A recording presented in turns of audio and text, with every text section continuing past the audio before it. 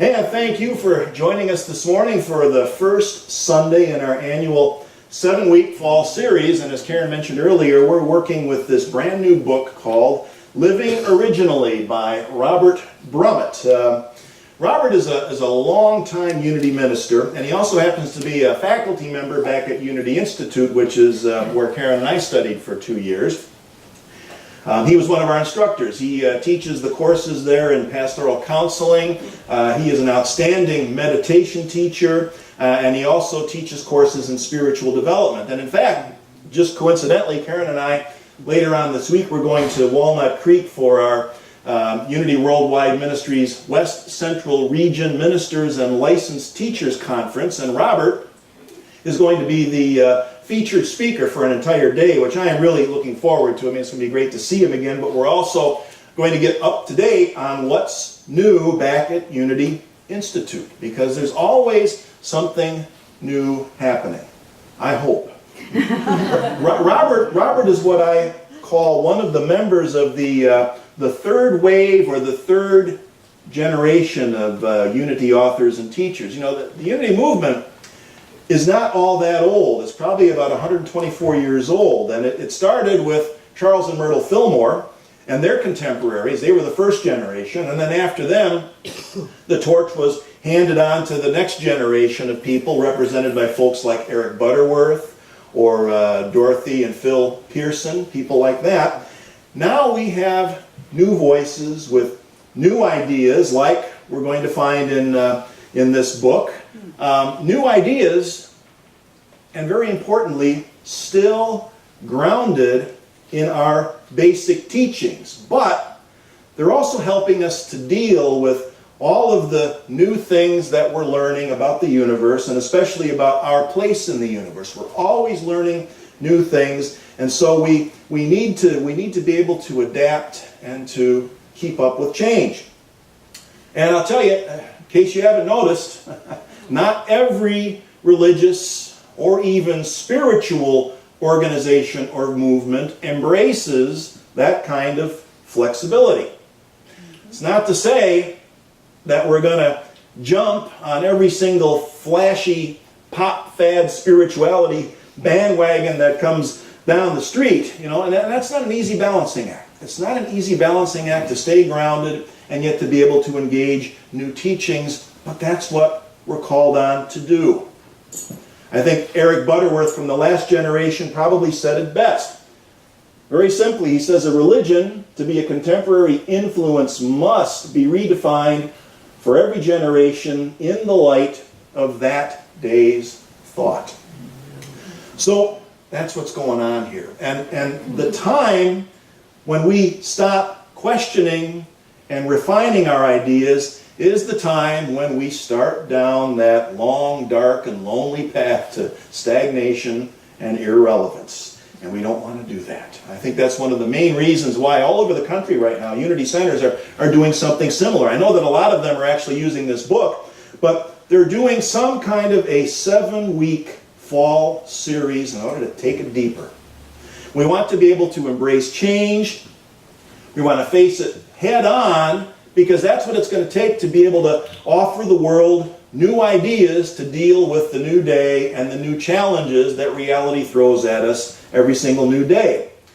And it's so appropriate, I think, that we're doing this during the fall season, because this is a time of major change, at least in this hemisphere. We were talking about that last week. This is one of the favorite seasons for a lot of people for a lot of different reasons, and a lot of them have to do with the changes that are coming. You know, if spring is the season of birth or rebirth and new life, well, then fall kind of represents the other end of the picture, so to speak. Fall is a vivid reminder of another unavoidable polarity that we encounter in life. The yin and yang of life and death. Endings and beginnings and new beginnings. If you've ever had a chance to stay at a Zen Buddhist monastery or take in a retreat where you actually stay there overnight, they have a chant that they do at the end of the evening meditation session that's called the Evening Gatha. And I'm not going to do the chant, but I will read it to you. And it goes like this. It says, "Let me respectfully remind you, life and death are of supreme importance. Time swiftly passes by, and opportunity is lost. Each of us should strive to awaken. Awaken. Take heed. Do not squander your life." So they chant that a couple of times, and it has when you hear a room full of 40 or 50 people chanting in the traditional Japanese way, even though the words are in English, it leaves quite an impression. And of course, this is the evening gatha. It's at the end of the evening service, so this is the last thing you hear before you go to sleep. Yeah, good luck getting to sleep after hearing that, right? Time swiftly passes and opportunity is lost. It's like, Some people hear that for the first time, they have trouble sleeping afterwards. Life and death, that's the great matter. One of the unavoidable conclusions that we face when we hear the evening gatha or think about the great matter of life and death is that some of us are closer to one end of the cycle or the other. It's unavoidable. And when we're young, we think, I got plenty of time. Got plenty of time for all that spiritual stuff. And when we get older, we think, it's too late. Why bother? And the truth is that it's never too soon. It's never too late. But in many ways, it is our younger generation that's leading the charge to start embracing the big questions, the great matter of life and death. What's it all about? How should we live in the face of this impermanence? I keep my eye on the news, things that relate to spirituality and religion, and every week it seems that there's another report or a story about how young people are leaving traditional religion. Have you heard the term millennial? They use that term, the millennial generation, to describe a particular group of young people. That generation, they are leaving their churches in greater and greater numbers, so it seems. And the root cause is always identified as their dissatisfaction with religion as usual. I prefer to call it divine discontent. Because what they're really looking for is a deeper experience and a deeper expression of the sacred in this life right now. And they're not getting it. For this millennial generation, religion in America, as they describe it, has become just another exercise in materialism. Conspicuous consumption. The Buddhists actually call it spiritual materialism. Mainstream religion tries to put on this appearance of holiness. They put on a great show with a lot of flash and a lot of bling, but they're not addressing the root cause of the various forms of suffering that afflict this human condition. A lot of folks, including this millennial generation, they find it to be shallow and ultimately unsatisfying. In this book, Living Originally, Robert describes this situation as the conflict between translation versus transformation. Interesting. Translational spirituality and transformational spirituality. Now, I'll tell you, this isn't something we studied at Unity Institute. In fact, the first time I remember hearing these two terms being used was just, I think, 2 years ago. But it's a good way to describe what's going on. Translational. Translational spirituality seeks to improve life rather than transform it. It's designed to lead to greater security, contentment, comfort, and consolation in the face of challenges. And some of the ways that the younger generation describes this, somewhat derisively, but they call it happy clappy church.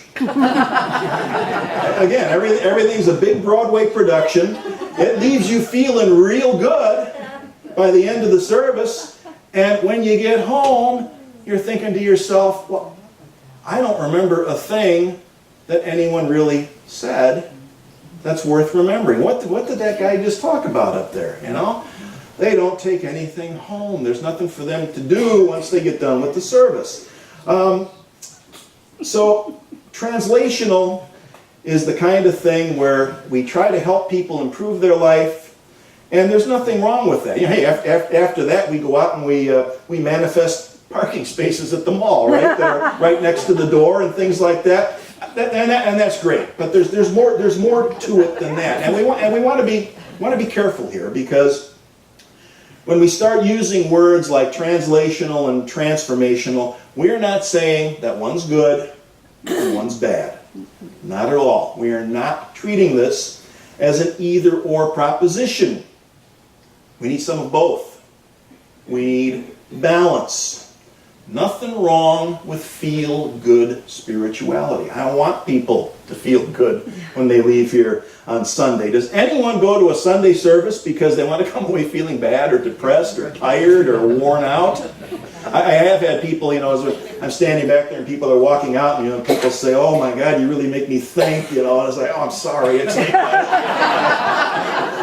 But, you know, nobody goes to church to feel sad or depressed. And that was actually the problem with 19th century religion. You know, the old-time religion is what gave us the message of, let's see, original sin, human depravity, and that never-ending threat of hellfire and damnation. They used fear and anxiety to keep people in line. We don't want to do that here.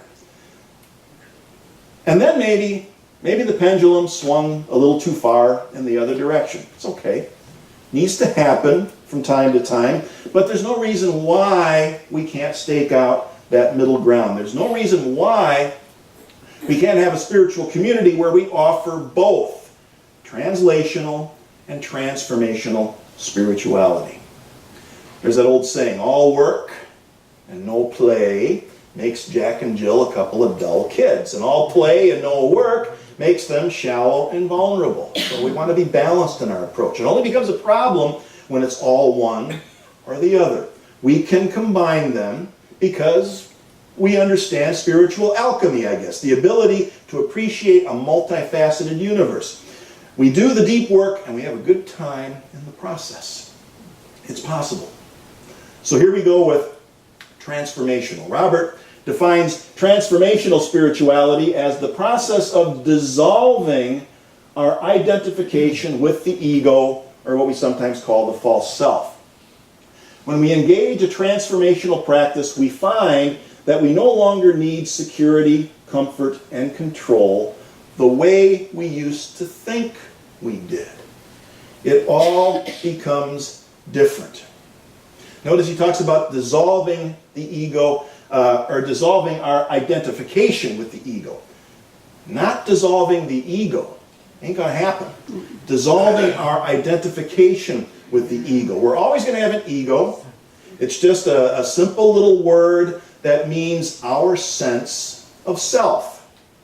We need that in order to navigate the world. We want it to be a healthy sense of self, and we do not want to be exclusively identified with it so that it becomes a type of prison. So, first and foremost, a transformational practice is aimed at building a healthy sense of self. It helps us to be more confident and secure in a new way. Nothing wrong with that. But it all changes. It starts to look different. For example, we can practice meditation from the standpoint of translation or transformation. Practicing meditation from the standpoint of translation is when we use it to generate the relaxation response. When we use it to create more of a sense of peace of mind, those kind of things. Or we can use it transformationally. We can use a meditative practice to gradually strip away the illusion that we're a separate self, completely distinct and separate and apart from everything else in the universe. To dissolve that, and literally give birth to a new reality. And then, in this new transformed reality, peace of mind and security becomes something that is unconditional. It's totally independent of our material circumstances and surroundings. That's a big difference. Sounds great, but it does involve, I guess we should call it the death of something that was familiar to us, a familiar way of being, and then it requires a little willingness to step into the wilderness, the undiscovered, unexplored territory. Robert likes to use the life of Paul in the Christian scriptures as an example of this kind of transformation. Paul starts out as a Pharisee. He's a Jewish religious zealot who specialized in hunting down the surviving followers of Jesus and throwing them in prison, or worse. And he was really good at it. He was so good at it that his very name brought about fear in the minds of people. If Saul was coming and you were a follower of Jesus, you didn't want to be around. So imagine, he goes from that to not only joining to persecute, but he became their leader, and really their most prominent and eloquent spokesperson. That's transformation. And in one of the letters that Paul actually wrote, he described this transformation. He said, "I have been crucified with Christ. It is no longer I who live, but Christ who lives in me." That's a pretty profound statement. And I think the way that we can interpret that today is to say that he had the experience of his former ego self, the small self, the false self, being crucified, or as we like to say, crossed out. And when that happens, what's left is the Christ, which is that word that we use in unity to describe our true nature, our original nature. And notice that Paul didn't claim that he caused this to happen by the exercise of his own willpower or anything like that, because the Christ is always there. It's our true nature waiting to be discovered. That's what we mean by living originally. We live from our original nature, our Christ nature that isn't dominated by our egoic existence. It's our original state, so we don't create it. We surrender to it, which is another tough word for a lot of people, surrender. I might invite you to think of it this way. The kind of surrender that we're talking about is about giving up the need to always feel safe, comfortable, and in control. Because the ego always wants to be safe, comfortable, and in control, and doesn't care much about what it has to do in order to get those things. In fact, the ego can actually make us believe that we want transformation, because the ego operates under the belief that transformation means no more problems. Life that is always safe, comfortable, secure, and under control. It's pretty tricky, right? So over the next 6 weeks, we're going to be learning 5 practices that are going to help us to transcend the tyranny of the ego while still including a healthy sense of self. That self that we need in order to navigate the physical world. And by engaging these practices, again, we're not willing something into existence. We are creating the conditions in which our true nature, the Christ, can come to the surface and blossom. And we need to, and then this may come as a relief to us, it did to me, we need to give up the idea of doing it perfectly. In fact, there's no way to do it wrong as long as we create an intention to do the best we can and stay with it. These practices actually assume that we're going to stumble and falter along the way. And that's because the experience of faltering can become an important teacher, provided we don't ignore it or get frustrated and quit, which are both, guess what, ego-born responses to those things. Back when I was learning how to fly, my flight instructor used to say that in order to be a good pilot, you need good judgment. And good judgment comes from experience. And experience comes from bad judgment. Those occasional oh crap moments, because you forgot something on a checklist or whatever, you're going to learn from that. You will learn. Everything becomes part of our practice and then helps us to move forward. So next week, we're going to start with the practice called radical self-awareness. So go out and grab a couple of millennials and join us here for some groundbreaking work, and we'll see you next week. Thank you.